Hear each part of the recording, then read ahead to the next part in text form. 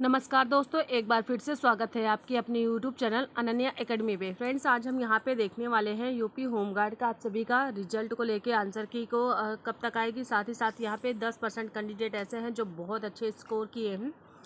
और यहाँ पे सबसे इम्पोर्टेंट पॉइंट है आप सभी का नॉर्मलाइजेशन ही आप लोगों का जो है बेड़ा पार करेगा। नॉर्मलाइजेशन में जिसके भी नंबर कम आ रहे हैं, अगर वो हार्ड शिफ्ट से हैं, ये भी समझिएगा आप लोग, अगर जिन भी कैंडिडेट का हार्ड शिफ्ट से है उनके मार्क्स अच्छे खासे बढ़ने वाले हैं। तो आप लोग प्लीज़ लास्ट तक विजिट कीजिएगा, तभी आपको सारी ऑथेंटिक जानकारी समझ में आएगी।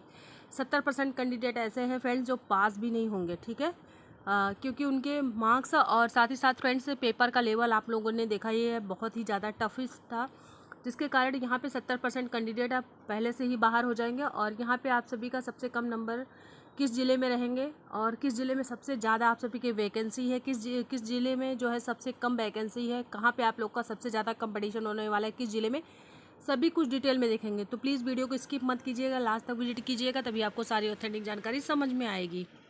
कुछ इंपॉर्टेंट पॉइंट है, पहले ये आप लोगों समझ लीजिए। यहाँ पे आप लोग का जो है उत्तर प्रदेश पुलिस भर्ती एवं प्रोन्नति बोर्ड में आप सभी का अनुसार की परीक्षा मुख्य आंकड़े इस प्रकार हैं। जो आप सभी का कुल आवेदन कितना हुआ था, 25,32,202 कैंडिडेट यहाँ पे जो है आवेदन किए थे, फॉर्म अप्लाई किए थे, पर उपस्थित कितने रहे, 19,29,29,155 ही कैंडिडेट यहाँ पे शामिल हुए हैं। और लगभग अनुपस्थित कितने रहे हैं, 6,03,047 बच्चे जो है एग्जाम को छोड़ दिए हैं। अब यहाँ पे और चीज़ें आप लोग समझिएगा, क्या क्या इसमें बहुत इंपॉर्टेंट पॉइंट। आप सभी के बहुत ज़्यादा ही क्वेश्चन क्वेरी हो रहे थे कि होमगार्ड का जो है आंसर की कब तक आएगा। तो आंसर की को आप लोग को बता दें तो 3 से लेके 5 मई के अंदर अंदर आप सभी का आंसर की जारी कर दिया जाएगा, ये संभावना है।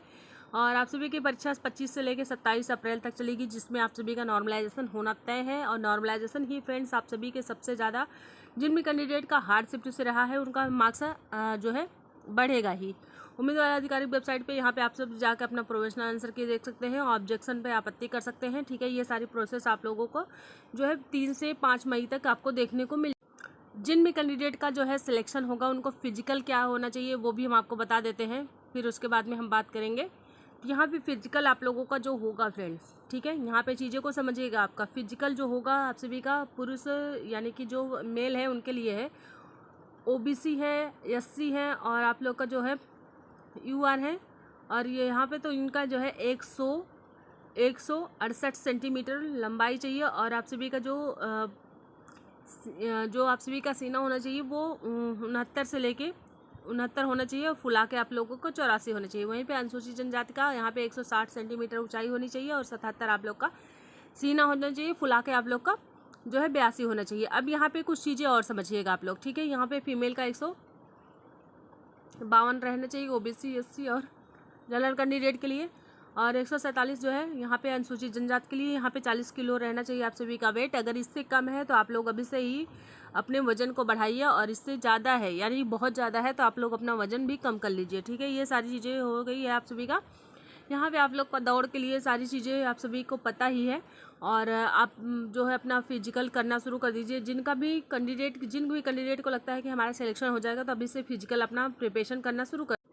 यहाँ पे होमगार्ड यूपी होमगार्ड पोस्ट 2026 के लिए कितनी रिक्तियाँ जारी की गई थी, ठीक है, पहले ये देख लीजिए आप लोग। 75 जिलों में वितरित हुई थी, जिसमें से ऊर्ध्वाधर वर्टिकल या क्षैतिज सभी कुछ आरक्षण भी हम बताएंगे किसमें कितना है। उत्तर प्रदेश में कुल 75 जिलों में हुआ था। और यहाँ पे अनारक्षित यानी कि जो भी, ये भी जान लेना आप लोगों के लिए ज़रूरी है किस कैटेगरी में कितनी सीटें हैं। अनारक्षित यानी कि सामान्य जो जाति है उनमें 16,571 है, अनुसूचित जनजाति के लिए 8,699 है, अनुसूचित जनजाति के लिए 828 है। वहीं पे अगर अन्य पिछड़ी वर्ग की बात करें तो 11,184 है, और यहाँ पे आर्थिक रूप से जो है कमज़ोर वर्ग है उनका 4,142 है, ठीक है। इतनी आप लोगों की सीटें हैं। चलिए अब हम बात कर लेते हैं आप लोगों का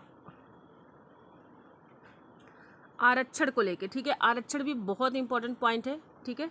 ओबीसी में आप लोग का इतना है, आर्थिक रूप से जो पिछड़े हैं इनका है। और महिलाओं को लिए जो 36 आरक्षण मिलेगा, 36 आरक्षण आप लोग समझ ही रहे हैं, तो यहाँ पे 20% मिलेगा, ठीक है।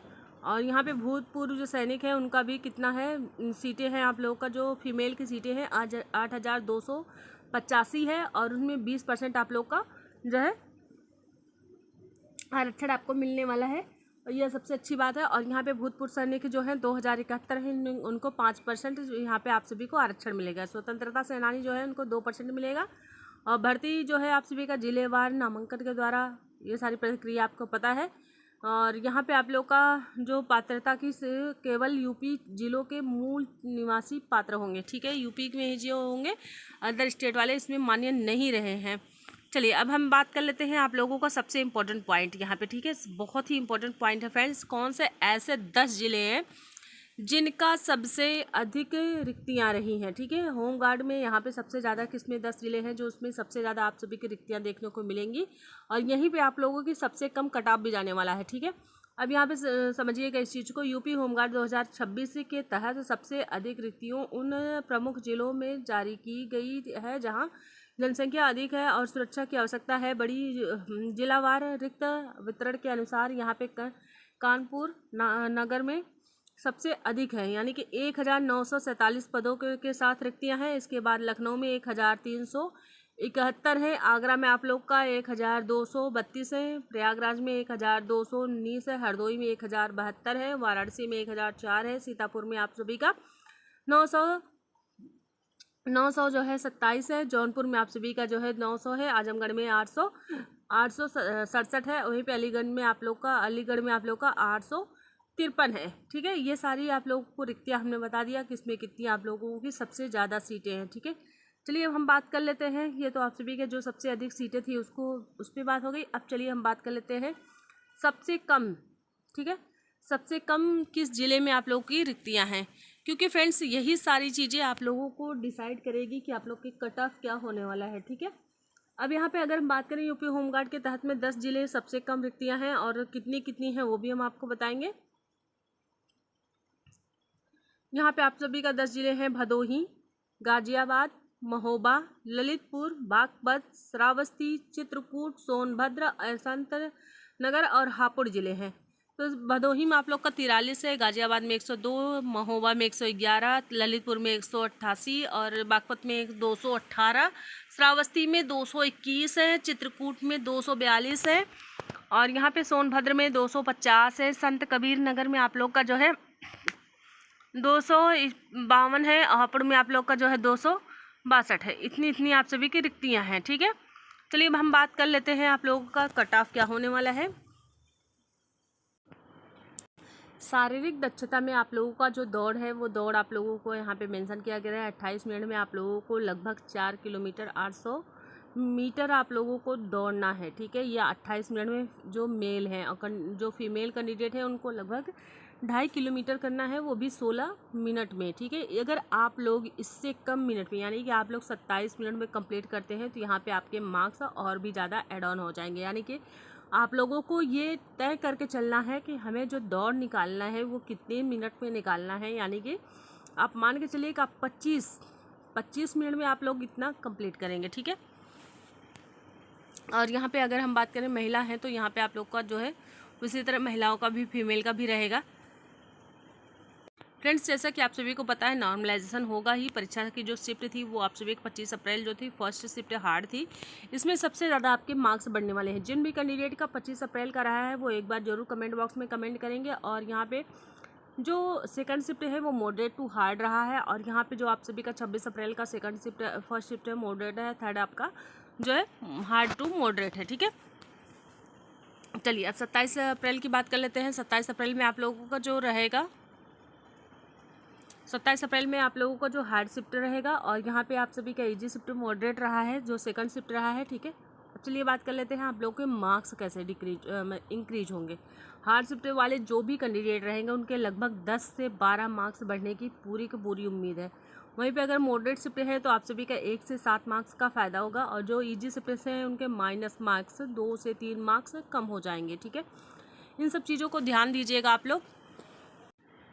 फ्रेंड्स यहाँ पे अगर हम संभावित आप सभी की कट ऑफ की बात करें तो यहाँ पे जनरल कैंडिडेट जो भी रहेंगे मेल का यहाँ पे 50 से 52 के बीच में सेफ रहेंगे। इससे ज़्यादा आप लोगों की कट ऑफ बिल्कुल नहीं जाएगी क्योंकि आप सभी को पता है पेपर का लेवल IAS PCS के लेवल जैसे था।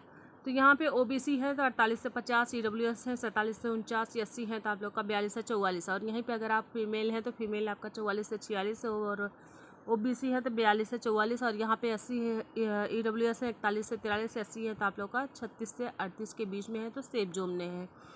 ये सारी जो आप सभी की कट ऑफ बताई जा रही है फ्रेंड्स। और अगर आप हार्ड शिफ्ट से हैं, आपको पता ही है 7 से 8 मार्क्स बढ़ेंगे और 12 तक मार्क्स आपके बढ़ने की उम्मीद है।